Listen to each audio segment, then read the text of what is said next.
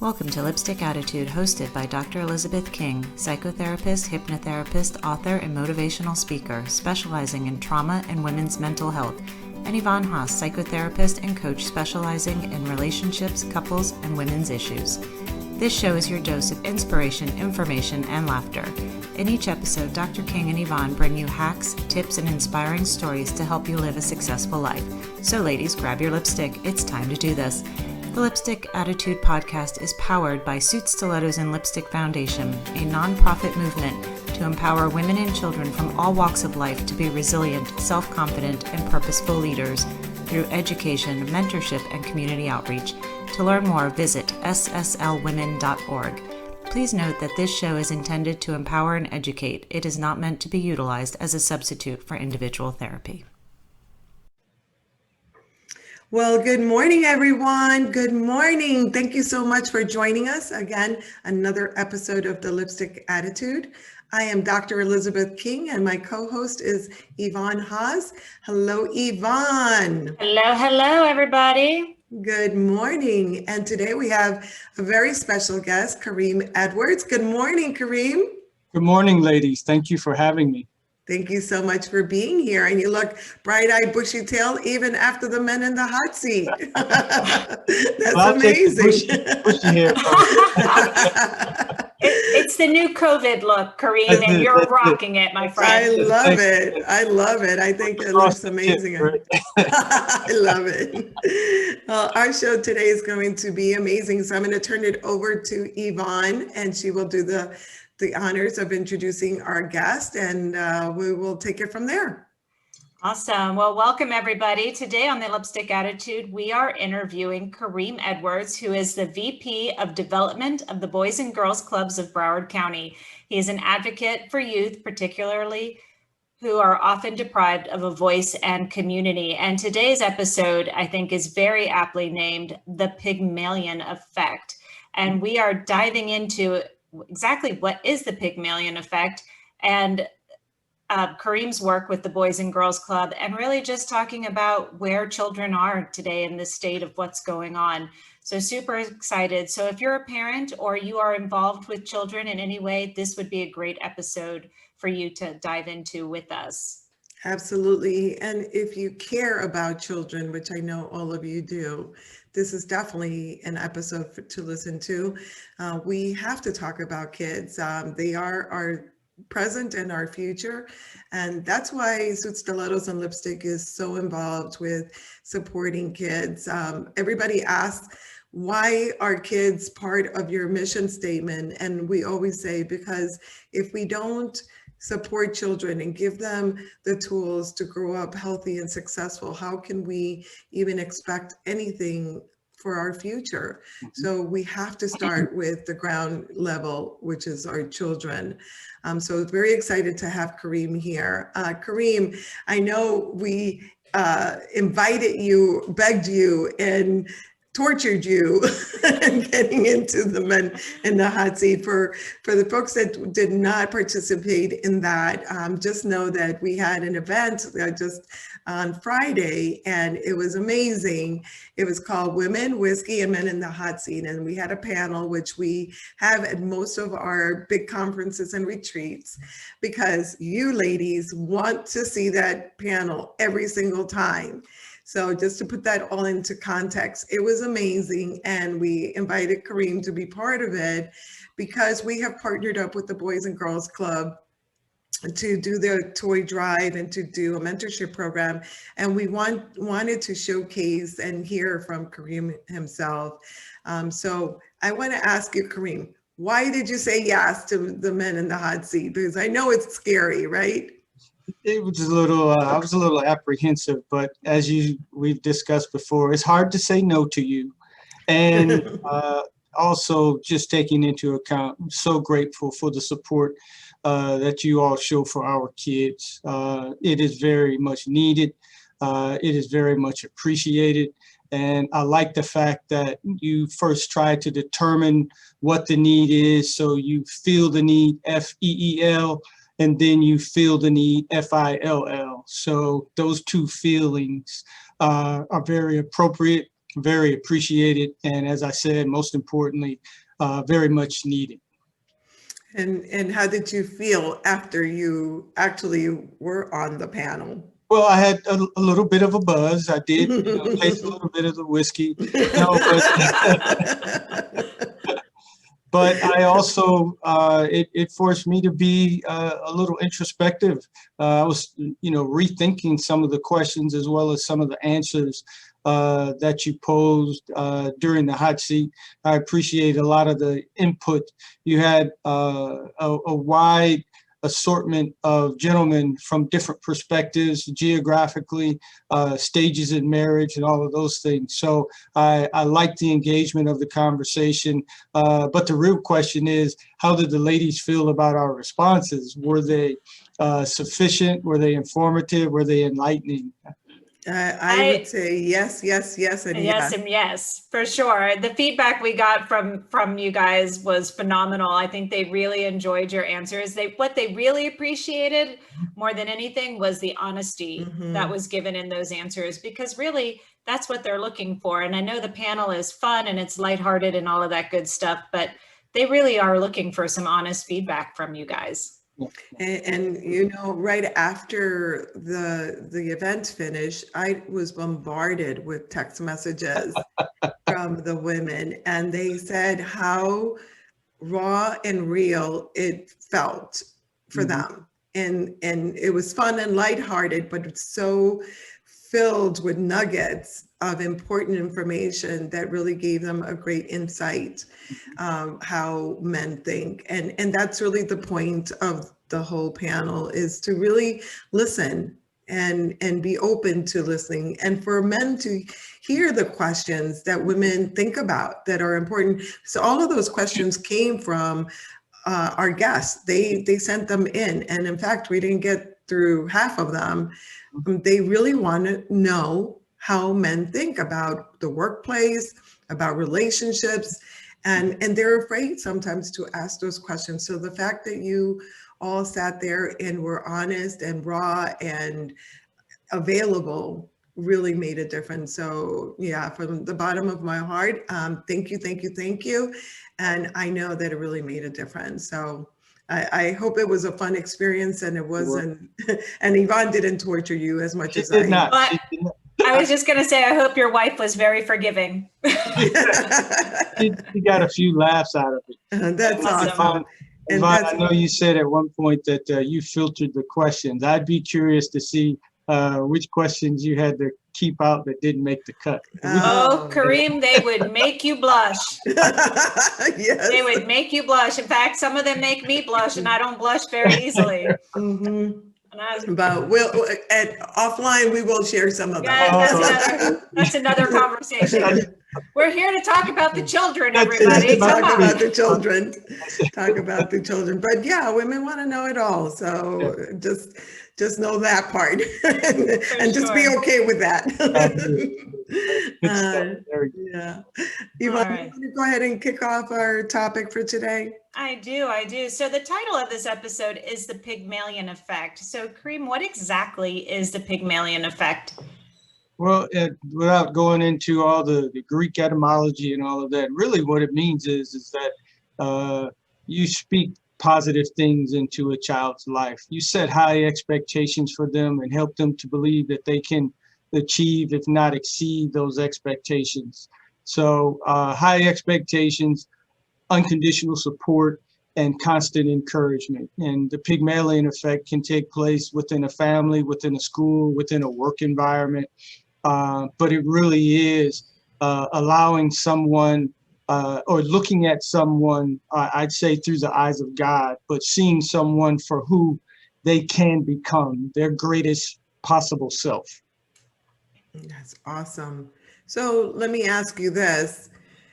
What is your why? Why do you even care? Why do you do the work that you do? Well, the real easy answer is because I have a drive to fulfill the needs of young people. And it's driven from certain things, both from positives and negatives from my own childhood, but it's also based on research. When you read about, one of my favorite books is a book called The Cradles of Eminence. But when you read about the lives of some of these high achieving people, one that comes to mind is Thomas Edison. Lots of people count Thomas Edison out except his mom. And because of his mom's encouragement at a young age, Tom became one of the most prolific inventors and one of the most, famous men in the history of the United States. But there's just tons and tons of examples of people who many counted out as young people, but because there was a coach, there was a teacher, there was a pastor, there was a parent who spoke positive into their lives and allowed them to believe who they could become, and they eventually became that. And when you look at, the Boys and Girls Clubs, a lot of our kids show up at the club every day, and they leave home these challenging situations that they confront on a day-to-day basis. But they demonstrate resilience, and they walk into a club, and the first thing, going back to the Pygmalion effect, the first thing that they look at the building, it doesn't say men's or women's club. It says Boys and Girls Club. So the first thing is they have a stake and they have some ownership. The club is theirs, a place that they can call their own. Well, it's interesting that you said all of that, because my doctoral dissertation was based on creating a sense of belonging. And I applied it to, excuse me, Whitten Rogers, which you know very well. It's an alternative school in Broward County. And what it did by just conditioning and training the staff, all the way from custodial, all the way to administration, on how to create sense of belonging so that the kids felt like they were welcome there, made a world of difference in their attendance, their academic achievement, their behavior. Everything is impacted by that. And, when I hear people, talk about kids, at-risk kids or kids with behavioral problems as throwaways, it just cringes. It makes me cringe, because I think you have no idea what you're doing, because these kids can be mediated, and just with love and attention and giving them a space like the Boys and Girls Club for them to feel safe and welcomed, it will change their lives, and it will impact our society one-to-one. It will impact, so people that think that we could throw kids away, they don't understand that when you throw kids away, you're throwing society away. Right. Yeah, every child is going to impact our future, whether they're the ones who were highly successful in school or the ones who had bigger struggles in their lives. Every child is going to impact our future for sure. But, I think especially right now, and Dr. King, and I think you and I can very much agree on this, we're very concerned with children today and the whole response to COVID and how this may, impact their mental health as they grow older. I mean, for just personally, my children have opted out of Halloween this year because they're concerned about being too close to other people and not remembering 6 feet, which would be ridiculously hard for them running around on Halloween night to get candy, to keep that in mind.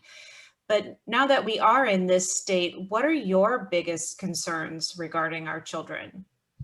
Wow, well, you just identified one is, their patterns have changed, the traditions have changed, the regular school pattern, things such as Halloween, we don't know what Thanksgiving and Christmas are going to be like. Easter was different. The summer was different. So lots of patterns have changed, just regular patterns of life. But the other thing is just being disconnected. Children, I have 2 children, but my oldest daughter is sort of a bookworm and a recluse. So something like COVID, if she was still in high school when this happened, it would not have affected her the same way it affected my 11-year-old, who's a very loquacious, gregarious, likes to be around people. So the disconnection from both their regular patterns as well as their social networks, I think will affect them. Doesn't necessarily have to be adversely, but it will affect them. My hope is that many of our kids have used this time, as many of our adults, to try to develop a new skill, to try to read up on some things that they hadn't read up on before, think about some things, plan, contemplate things. And I mean, that's a lot to expect from a child, but that's what the Pygmalion effect is about, is setting high expectations for them. But to answer your question, what am I concerned about is, what is their long-term response going to be to both being isolated and to having their patterns disrupted? When COVID started, I remember calling you, Karriem, and asking, what do the kids need? What does the club need? What do the clubs need? Mm-hmm. And I remember the response was, they need to know that the community still cares. Yep. Mm-hmm. And that just stayed with me throughout and continues to stay with me, because that's really the bottom line. And we did a fundraiser, and we collected money, and were able to buy items like coloring books and board games and things like that. Can you share with our listeners and audience why that was important for them to get those things? Because I think they need to know. So this was not a preloaded question, but if you go back to Men on the Hot Seat, one of our fellow guests was the grandson of Maya Angelou. The one quote that I remember of Maya Angelou that I cherish is that people will always remember how you make them feel. Mm-hmm. If you make them feel good, they're going to have a positive memory for a long time. And the main thing that the main impact that your gifts had was making our kids and our families feel appreciated and feel remembered and feel loved. But in the real, I guess, bottom line of it is, spring break started, and when school resumed, it was virtual. So parents did not have time to prepare for school supplies, for gaming supplies, for just other activities for them to do at home, because they figured spring break would be over and they would go back to school. So when you provide a coloring book, it's more than just a coloring book. It's a gift to their spirit, but it's also an alternative. Some of our kids didn't have laptops and computers at home, so they really didn't have things to do. Some of them didn't even have pens and paper. So when you give them a coloring book or a board game or crayons and things like that, it gives them something to occupy their time with, but they know it came from somewhere. And knowing that someone thought of them, even if it wasn't someone that they knew, it meant something. And I go back to Jose's example, boy 8. Jose's, 45 years or older now. And he remembers a gift that someone gave him at the age of 8. He just knew that he got that gift. He's not sure who bought it, but that manifests or demonstrates Maya Angelou's theory, is that people remember how you make them feel. So our kids remember how you all made them feel. Thank you. And just in context, just to put it in context, Jose is Jose Manzer. He is on our board, ex-Marine, and I guess always Marine, just an exemplary man in our community. And he was Jose Boy 8. So just so you know the impact that one item can have, which actually leads me to the fact that we are partnering up with the Boys and Girls Club for the toy drive. So you'll be hearing a lot about that, folks. Please donate money this year so that we can go purchase those toys. Which leads me just to a real quick question about that, Karriem. On that note, why do you think it's important for kids to get toys during the holiday season? I think it goes back to, regardless of the holiday season and things like that, it's the impact of the individual receiving something that validates their importance. Because regardless of your race, religion, or whatever your belief structure is, when you receive a gift, you appreciate it. And when someone thinks of you, you appreciate it. And for many of our kids, they're the kids who fall through the cracks. Most of our kids come from single parent households. So their parents who are single parent might have a time-starved lifestyle. They may not be able to give them the undivided attention that they may need and crave. The other thing is that these households are of limited income, which means that the resources might not be there to buy things. Many of our kids can't even afford school supplies, so far be it from them to expect, a gift or a toy at Christmas. And I can tell you, last Christmas, several things happened that I was personally involved in. We had one family who was staying in a hotel, and during the Christmas season, all the hotel rates went up because of the bowl games. So this family basically got bumped out of their hotel room because it went from $24 a night to $240 a night. Wow. And we had to find a place for them to stay. We moved them to 3 different hotels over a 4-night span. After the bowl game, the rates went back down and they were able to go back to their hotel while they waited for temporary housing. The other thing is we had a family call us and say, hey, our kids have no toys, no gifts. So fortunately, there were some gifts left over at clubs. And I went to a house not too far in northern Fort Lauderdale. And when they let me in, there was nothing in the living room except a television and a couch. And we didn't have a lot to give them, but the kids were just so grateful that they got something.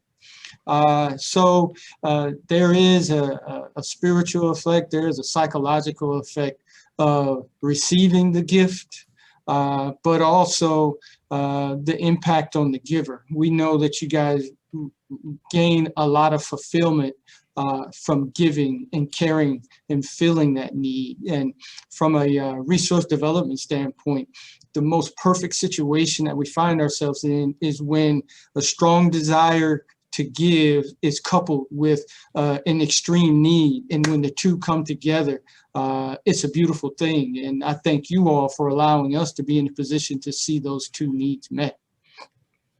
Thank you. I think it's actually us who thanks you for making it possible for us to get in there and see all those kids and their smiles and be part of it, because everybody who participates in the distribution for toys leaves profoundly changed. I don't know how you could not, honestly. Karriem, it's obvious that you're extremely passionate about your work. And I'm just curious, how did you become involved with the Boys and Girls Clubs? Well, I've been working with youth in Broward County for the last 20 years. And the short story is I had a successful sales career in corporate America. And I was also volunteering at Junior Achievement at the time. And it was funny. You get a bonus check and you attend the sales meeting and get some recognition. And that was nice. But then you go home and you look at the news or you hear about something happening back at home or even here locally in schools. And just the feeling of fulfillment that you get or that I received from helping kids in the first school that I volunteered at was Stranahan High. There was just so much more fulfillment in that than it was in the corporate career. And so I gravitated into the nonprofit career and have done a lot of things with youth, coached. I ran my own program for a while. As Dr. King mentioned, I was an OJT coordinator for Whitten Rogers Education Center, and I've been able to see some great things happen with some great kids, which perfectly aligns with things that I read about the Thomas Edisons and Henry Fords and Albert Einsteins and people like that. And I'm just, moving, as I move into the 20th year of doing this, it never gets old. It never gets old. Well, the Boys and Girls Club are so lucky to have you. I know that our paths have crossed numerous times through our careers, Karriem, and I'm always just blown away by your heart and by your perception of how important it is to inspire these kids, to motivate these kids to be in their court and to support them. So the Boys and Girls Club, they have no idea how lucky they are to have a person like you on their leadership team, because you really drive the message home. I want to talk a little bit about what the Boys and Girls Club really does for kids, because I'm just like in awe of the whole program. Every time we go there and we visit the clubs and we see what's going on, and those kids, they just steal my heart. So I want to understand, and I want the audience to understand, what makes you guys different? Because unless you go to do a tour, you really don't know. And if you go do a tour, you want to sign up as a kid who can come there every day. Yes. Oh my gosh. Because they have so much fun. They do. They have so much fun. So what's different in the approach in youth development that the Boys and Girls Club is so successful at? I think it starts with the name. It's a youth-centered name. It's a Boys and Girls Club. And the second thing is I believe that it really is determined by not what the club does for kids, but how the kids use the club. If you look at some of the famous people who attribute the Boys and Girls Club for their success, Shaquille O'Neal, Denzel Washington, Jennifer Lopez, all three different individuals, all credit the Boys and Girls Club for their success. But Shaq didn't learn to play basketball at the Boys and Girls Club. Jennifer Lopez didn't learn to dance. Denzel Washington didn't learn to act. It wasn't because the Boys and Girls Club taught them those specific skills, but what the club did is help them develop that inner voice, that helped them gain the confidence to achieve their goals. So going back to the original premise of the Pygmalion effect, the Boys and Girls Club set high expectations for everyone who comes in our doors. For Boys and Girls Clubs of Broward County, you will have a plan for your future when you leave our club. Because of that, we have kids who are the first generation or the first members in their family to go to college are now attending Nova Southeastern University on a 4-year scholarship, not because they play football or basketball or any sport, but because of their academic and because of their character expression. And they are being recognized for that. So what it really is we set up clubs, Boys and Girls Clubs. There are over 1,000 Boys and Girls Club organizations around the country, 4,000 individual clubs, about 3 million kids that we serve. And when they come into the club every day, they walk into a place that is going to have a supportive adult, that's going to have fun as a part of everything they're doing, but also that's going to have high expectations for that child to achieve both academically, health and physically, and then of course in the areas of character. And if they develop those 3 pillars, then the sky is the limit for anything that they want to achieve in their life. And all of that for what kind of price tag for those kids? Locally, our Boys and Girls Club members pay $15 for a whole year. Wow. Oh my gosh. $15. I just think that is just remarkable. Yeah. That is just remarkable, that such great opportunities to change children's lives for $15 a year. So kudos to all of you. That's amazing how you make that happen, for sure. So I guess that could lead right into the next question we have for you, Karriem, is, what would happen, or what do you think can happen if we don't intervene on behalf of our most vulnerable youth right now? Well, I think you can look at it 2 ways. If we do intervene and we allow them to achieve their greatest potential, then the next great new invention, the next great new app will be invented. But if we do not facilitate their growth and development and creativity, then their expression will be muted and the world will be deprived of whatever it is that they have to offer, be it artistic, be it mechanical or scientific. or just a wide array of talents that our kids can bring to bear, bring to the forefront. And if we don't facilitate those things, if we don't provide a path for them to achieve their highest capability, then the world is deprived. Well, as we're getting to the close of our episode, our interview, which I've loved, and I love talking to you every time we talk, Karriem, by the way. You always inspire me because you remind me of why we do the work that we do. Because iron sharpens iron. Oh, thank you. You're in the front line. And so I love hearing the stories. But I like to ask this question of all of our guests. So, because I think that what SSL does is we create legacy. We help people create legacy. So we are always interested in understanding what you hope that your legacy will be personally. Wow. Well, my legacy, what I pray for my legacy to be, first of all, within my family, for my daughters to grow up as strong, confident women with a voice that they are comfortable expressing. And with the organizations that I come in, work with or work for, they support youth.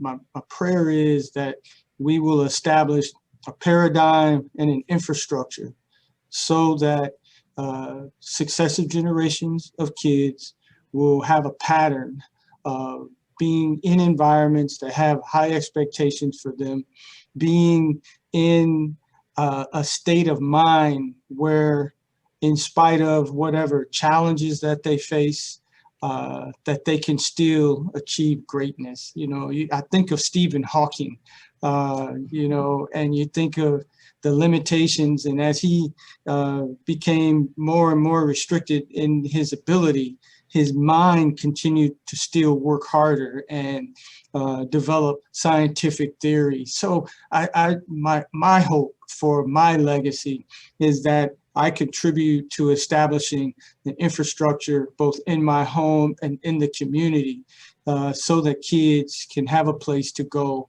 and pursue their dreams and then achieve those dreams. Well, wow. You are living your legacy already, my friend. I was just thinking that. I don't know how much harder you need to pray, Karriem, because you are actually doing it currently. You are absolutely. We could not do it without the help and support of the community. And in my role, as I said before, it is the greatest feeling to encounter supporters who feel the needs of our kids. And then for our kids to be so grateful that they take what's given to them, and the equivalent of what they call in football is yards after the catch, is once they receive the gift, they get the most out of it and they make the most of it. And that is the beauty of being in the seat that I sit in, because I can see your passion and commitment. I can see the need and commitment on the part of our kids, and when the two meet in the middle, it's just a beautiful thing. It's a beautiful sight to see. So it's what puts a smile on my face. I love it. I love it. And so, Karriem, how can someone either donate or volunteer for the Boys and Girls Clubs? And we'll put this information in the show notes too, but how can they get in contact to be of help or service? Yeah, they can contact me directly at 954-537-1010, extension 209. To find out more about the Boys and Girls Club, they can go right to our website, which is www.bgcbc.org. Tells a lot about our programs, our mission, our club locations, as well as opportunities to donate and volunteer. And that's for local as well as national, correct? That's actually the Boys and Girls Clubs of Broward County. So we have 12 clubs throughout the county. But if they want to get involved in an area outside the United States, they can go to outside of Florida throughout the United States, they can go to bgca.org. .org, and there's a search engine in there where they can just put in the zip code and find the local club that's close to them. Awesome. Yes, because with our podcast, we're reaching Mhm. people all over the world, and we Yeah. want to make sure that they can get connected. So outside the United States, we do have clubs on military awesome. bases. So Oh, if wow. someone is in Ramstein, Germany, or Okinawa, Japan, they could go to the local military base, has a Boys and Girls Club that they could volunteer there as well. Oh my goodness, that's amazing. And certainly if they needed to have their children be involved, they could also find out how they could be a recipient of Yes, that as yes, well. very well. Awesome. Well, thank you so much. That's amazing information. I didn't even know that didn't about know the that. military. So that's great to know. Well, it's come to the end of our show. I hate to say this. I always hate to say this because we have such interesting guests and you've been amazing. Thank you so much for sharing so much information, so much of yourself. And I am just thrilled to be a partner with the Boys and Girls Club. And just as an announcement, we are doing our 19th annual toy drive on December 9th. We're doing a happy hour and it's virtual. So wherever you are, you can participate and donate for the toys for the Boys and Girls Club. We're hoping to be able to collect enough money for over 3,000 kids. So we need your help. And you can go to sslwomen.org to donate for the toy drive. Again, December 9th, put that on your calendar. You can go to our website and sign up to receive all of our email blasts so that you can get invited. And we're also doing a raffle from now until December 9th to collect funds for Project Kids, which is not just a toy drive, but it will also be part of the RISE mentorship program, which we are piloting at the Boys and Girls Club. So a lot of exciting news and a lot of exciting opportunities for all of you to become involved. Make sure you connect with Karriem or us and let's get this party started because our kids need us. We need you to be part of this journey with us. Now more than ever. Now more than ever. Our kids need to know that you care more than ever. So with that being said, go ahead and whip out your lipstick, ladies. Oh, If you have a chapstick, you can do that. If not, Or we'll let you off the hook. thank you. Thank you. yeah. Put on your lipstick attitude. Woohoo. No matter what. This is our war paint. This is what reminds us that we are strong, courageous, confident leaders, and that we can get out there and face the world and conquer the world. So let's do this together, ladies. Yes. Thank you so much. Have a sassy rest of your day and weeks, and we'll be back with another episode with another exciting guest very soon. Make sure to share, subscribe, and be part of this podcast world, because this is how we get the word out about all the important things going on in our communities. Thank you again, Karriem. You've been awesome. Thank you, ladies. As always, and we'll be talking soon. Thank you. Thank you, everyone.